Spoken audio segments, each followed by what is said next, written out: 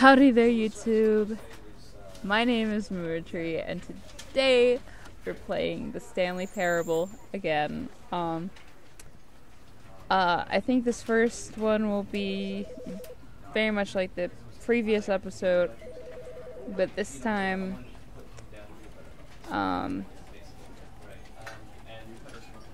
let's play the game, I guess. Alright, we're back in the office. By the time I'm uploading this, and actually at the time I'm recording this, I have 100 subscribers, and that's like mind-blowing to me, and I wanted to say thank you, but I have nothing special planned, and I don't know what to do specially, so I don't know if I'm gonna have a special for my 100 subs, and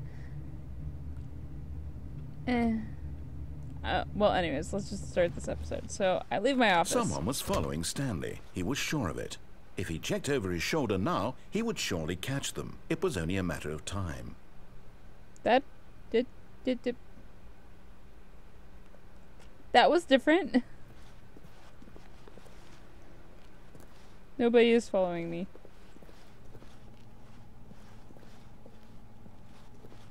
That's creepy.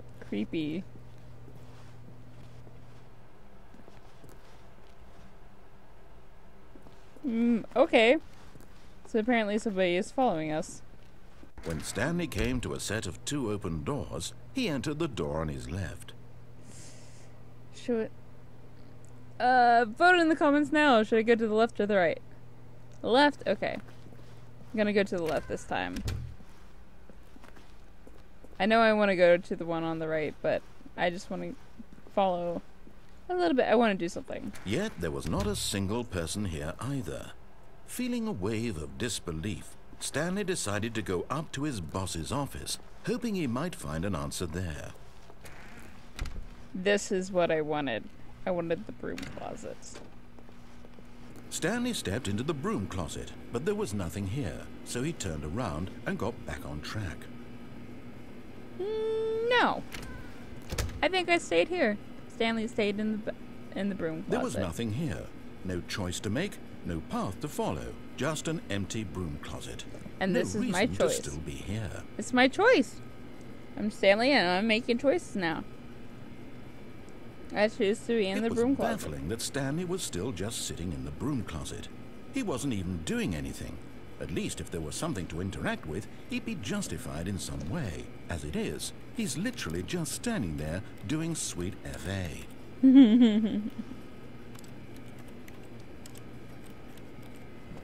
Are you really still in the broom closet? Standing around doing nothing? Why? Please offer me some explanation here. I'm genuinely confused. I already said, it's my choice. I wanted to be in here, so I'm being in the closet, okay? You do realize there's no choice or anything in here, right? If I'd said Stanley walked past the broom closet, at least you would have had a reason for exploring it to find out.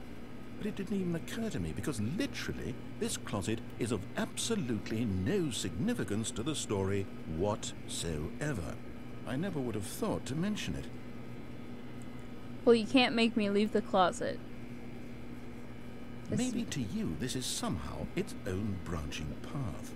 Maybe when you go talk about this with your friend, you'll say, "Oh, did you get the broom closet ending? The broom closet ending was my favorite." I hope your friends find this concerning.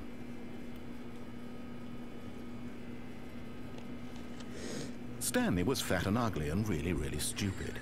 He probably only got the job because of a family connection. That's how stupid he is. That or with drug money.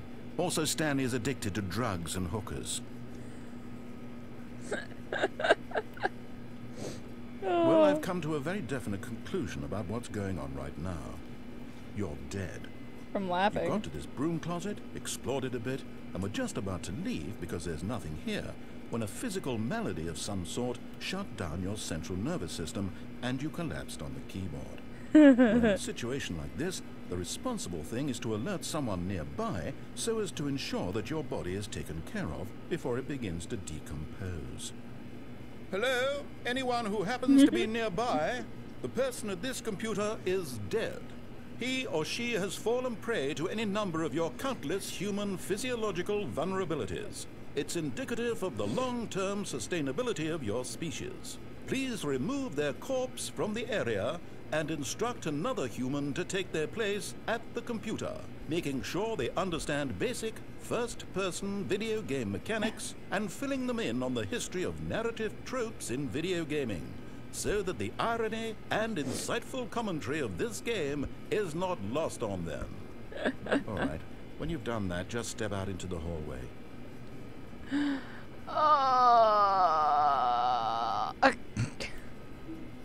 Oh, jeez. I just love it. I love it all. I love it all too much. Alright. Alright. I got rid of my decomposing body. I'm a new person. Ah, second player. It's good to have you on board. I guarantee you can't do any worse than the person who came before you. I'm actually the same person. Joke's on you. Alright. Coming to a staircase, Stanley walked upstairs to his boss's office. Alright, I already did enough of what he did want me to do. So let's keep on going. Can I get to the bathroom?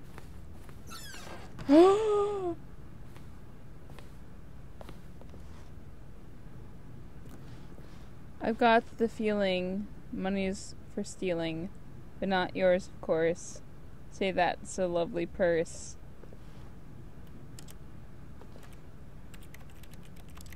Why can't I not flush the toilet?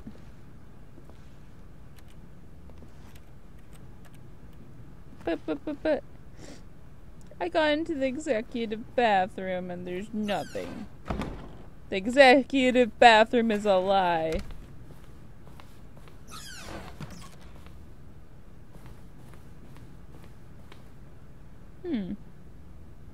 Indoors monthly. Time. Ooh, there's an elevator.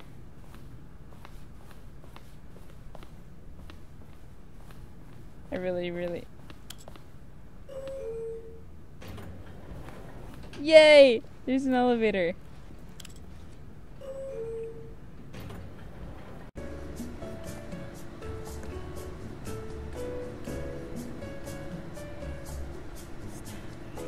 Stanley! Did you hear that?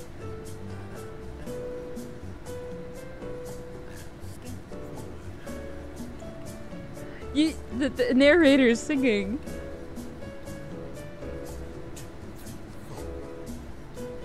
I can hear him singing along with the elevator music, so that's awesome.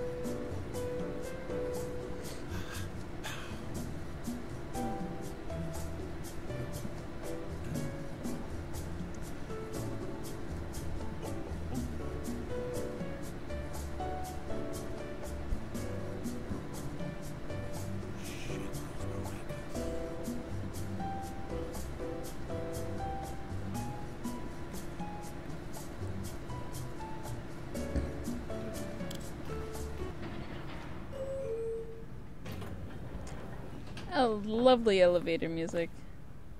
But we're still at the same spot. What? That's a horrible business strategy. Alright. Stepping into his manager's office, Stanley was once again stunned We've to already discover been through not an this. indication of any human life. What could it mean? 8, Stanley wondered aloud 4, to nobody. 5. Stanley was in such a rush to get through the story as quickly as possible, he didn't even have a single minute to just let the narrator talk. That kind of anxiety isn't healthy, so he relaxed for a few moments with some calming New Age music.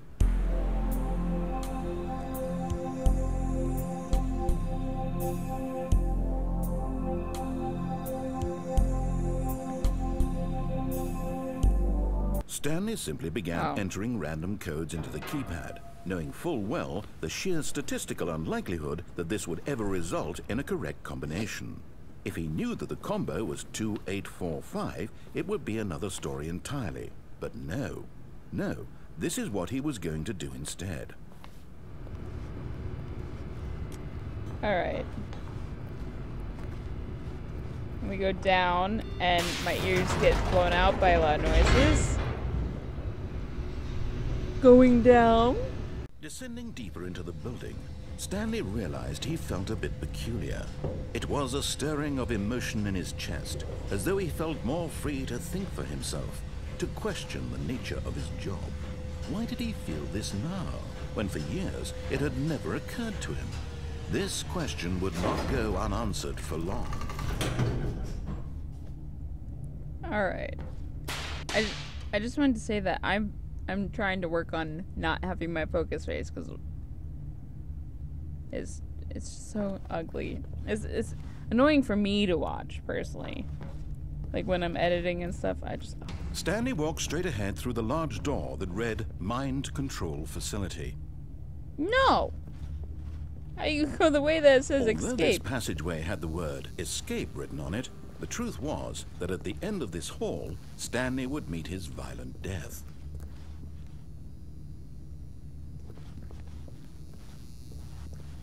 The door behind him was not shut. Stanley still had every opportunity to turn around and get back on track.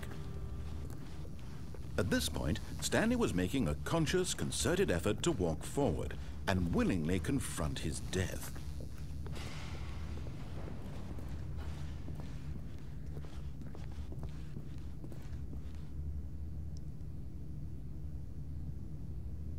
YOLO.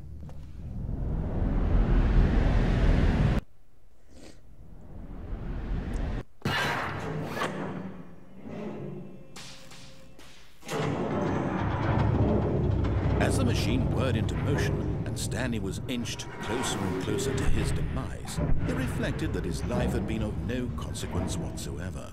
Stanley can't see the bigger picture. He doesn't know the real story, trapped forever in his narrow vision of what this world is. Perhaps his death was of no great loss, like plucking the eyeballs from a blind man. So he resigned and willingly accepted this violent end to his brief and shallow life. Farewell, Stanley.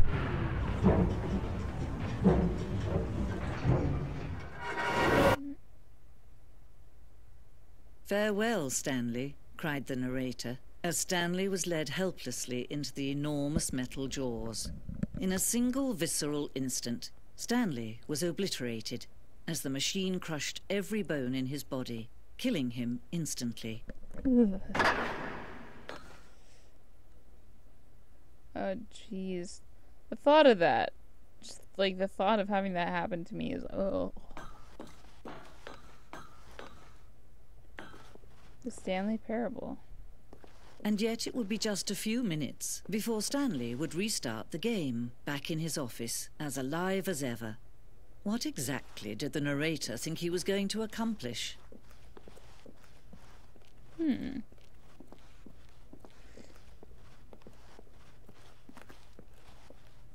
When every path you can walk has been created for you long in advance, death becomes meaningless, making life the same. Do you see now? Do you see that Stanley was already dead from the moment he hit start? Oh, I didn't realize that this was the ending that brought us here. Oh, we gotta look at everything. Okay, there's Stanley's computer. There's the nature paintings, which are basically like the window. It looks like the stuff that you get on Windows. Like, that's the basic office layout. This blueprint shows the office from the beginning of the game. The path from Stanley's office to the two doors was the first path of the game that was built. Sections have been added and altered throughout development, though the core layout remains almost identical to the first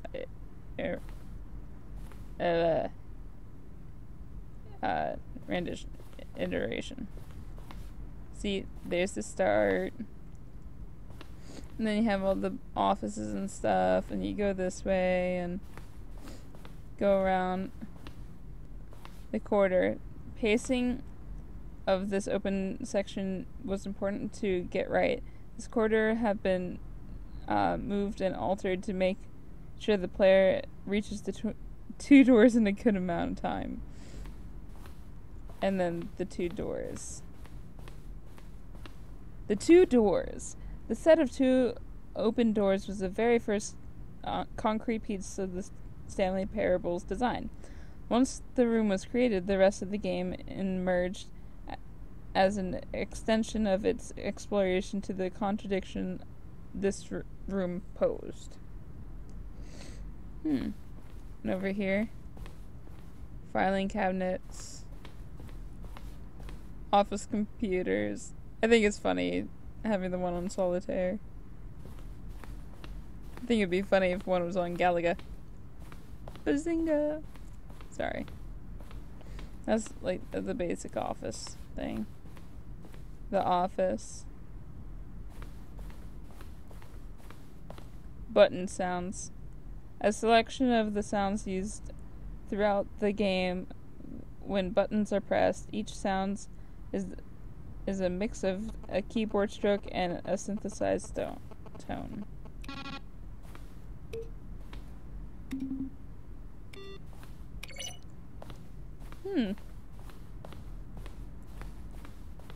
The credits. I don't want to read all the names, but you can read them. Let's begin exploring a little bit more. Okay, so over here, the office, maintenance room, an early version of the maintenance room.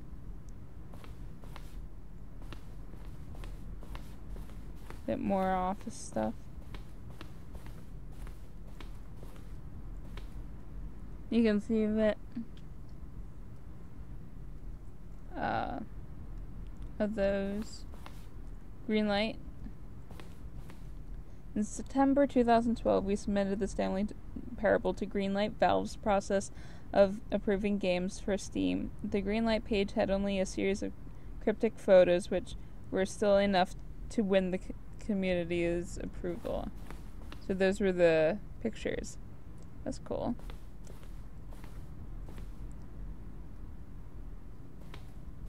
Alright. Warzone. Early development, we designed an ending where Stanley would end up on a battlefield fighting aliens. The action game would become sentient and would wage war against the narrator. Realized shortly after starting to build it that it would be far too jokey and on the nose for the tone of the game. Plus, some people interpreted it as making fun of people who like shooters, which is not our intention. Interesting.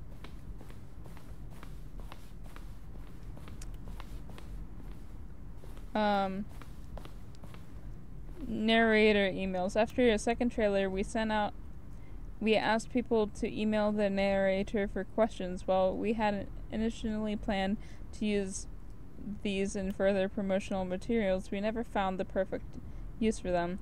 Here is a section of those emails. I can't read them.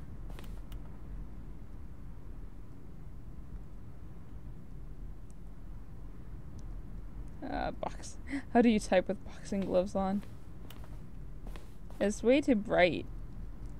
I can't personally read it. The office. The lounge.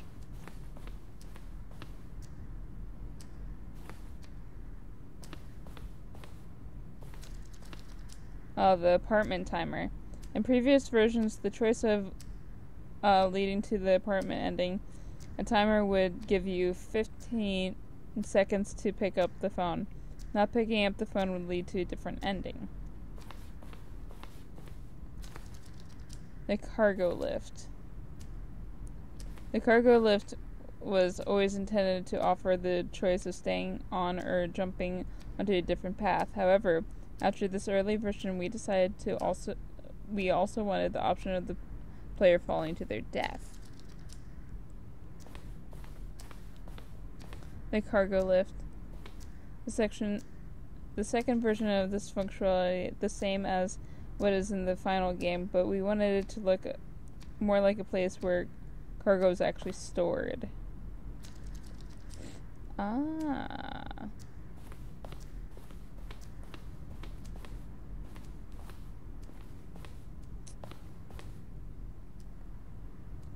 Meeting room.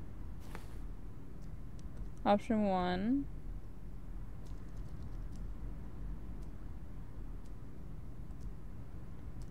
Obey, disobey.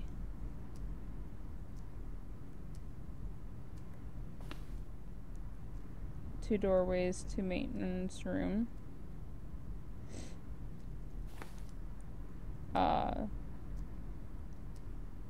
Third option.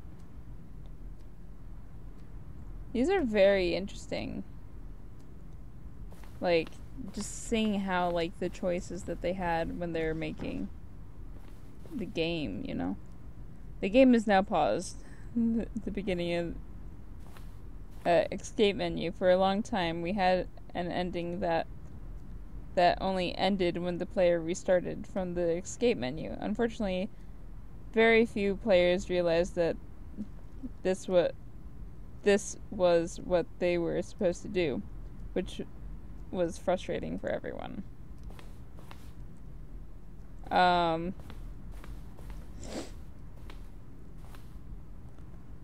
Zending model. The Zending went through many iterations.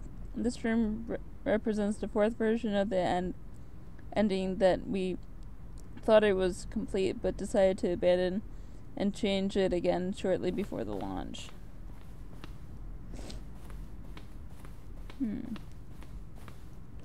Zending. The screenshot depicts an early version of the ending known as the Zending, which was eventually cut and merged with another part of the game.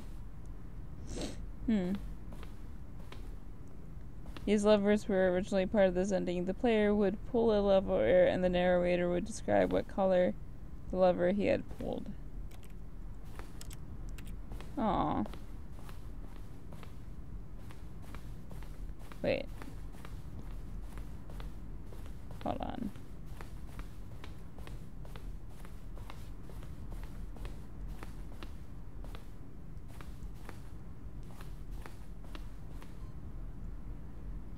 Freedom ending. This is the freedom ending as it existed in beta.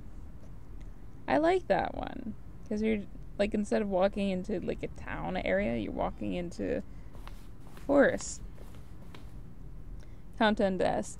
One of the desks from an early version of the countdown ending.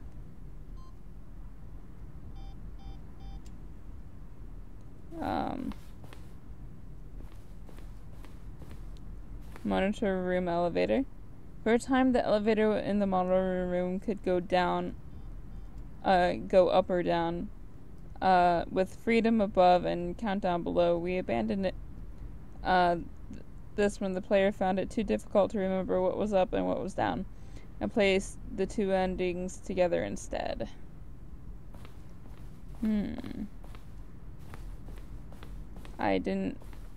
Let's go back and see what was in this room over here.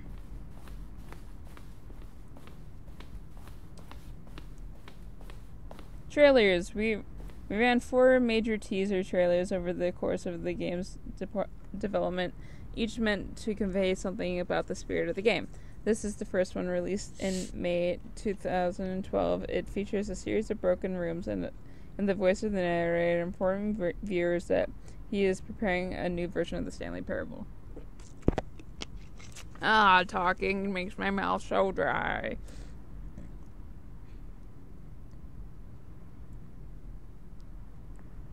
Cool. Alright. So let's get back over here. we're not ready to exit yet. Just down here. This was the very first incarnation of the freedom ending in the game alpha.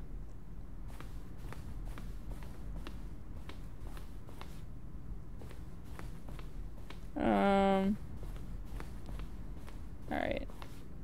Office clock. The boss's office. Screens from the development of the boss's office. So I'm assuming the one over here was the first. Then it was that. Then it was that. I still don't get the point of having it so big. Okay, so we made a full circle. Blah, blah, blah. Over here. Employee lounge. Underground. An early version of the underground portion of the game.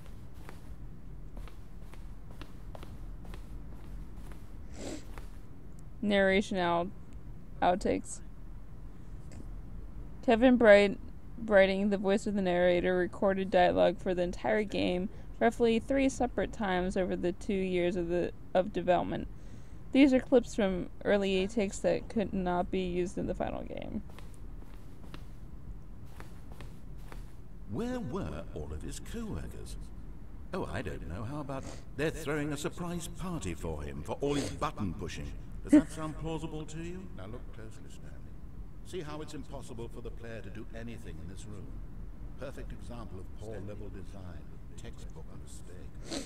It's the kind of thing you pick up on in the mental understanding of good and bad game design.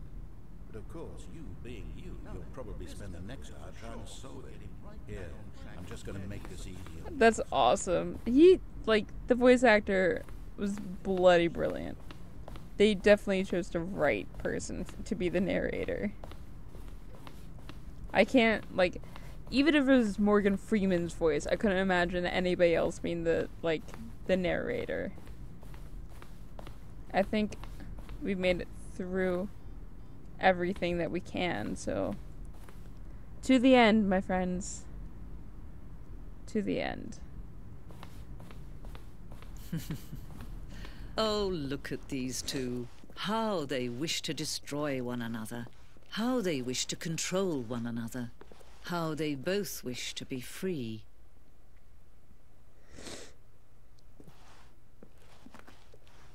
I guess I'm turning it off. Can you see? Can you see how much they need one another? Yeah. No, perhaps not. Sometimes these things cannot be seen. But listen to me. You can still save these two. You can stop the program before they both fail. Push escape and press quit. There's no other way to beat this game. As long as you move forward, you'll be walking someone else's path. Stop now. It'll be your only true choice. Whatever you do, choose it. Don't let time choose for you. Don't... I don't know if I'm supposed to let it squish me or if I'm actually supposed to quit.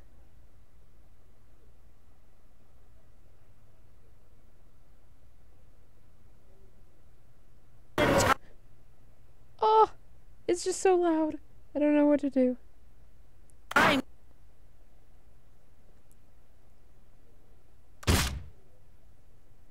Oh, that did not make it any better.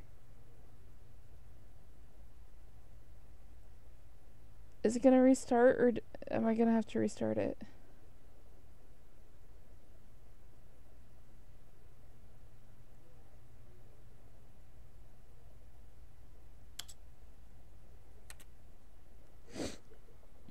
Hello?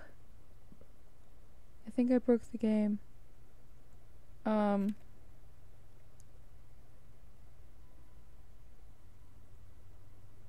The end is never the end is never the end.